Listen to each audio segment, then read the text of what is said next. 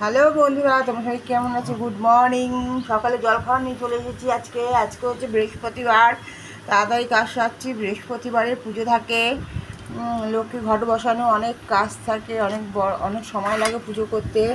তাই সকাল সকাল বানিয়ে ফেললাম একদম হাতে করা রুটি।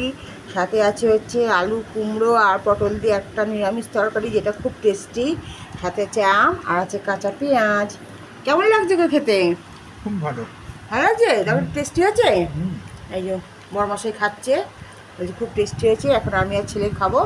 তোমাদের খাওয়া গেছে কিনা কমেন্টস করে জানাও। আজকে ওয়েদার তো খুব সুন্দর, গরম কম, ভালোই হাওয়া দিচ্ছে, কিন্তু বৃষ্টি পড়ছে না, হাওয়াটা বেশি দিচ্ছে। বৃষ্টি একদম ঝিরিঝিরি। কোথা কোথা থেকে দেখছো কমেন্টস করে জানাও। আর তোমাদের ওদিকে বৃষ্টি হচ্ছে কিনা সেটাও কমেন্টস করে জানিও। তাড়াতাড়ি খাওয়া দাওয়া করো, ভালো ভালো খাওয়া দাওয়া করো। আজকে ওয়েদার খুব ভালো। চলো ঝটপট খেয়ে নিই, তারপর দেখা হবে নতুন একটি ব্লগে। ও সাথে আবার আম আছে বাবা, এখন তো আমেরই সিজন। দেখো, হিমসাগর আম।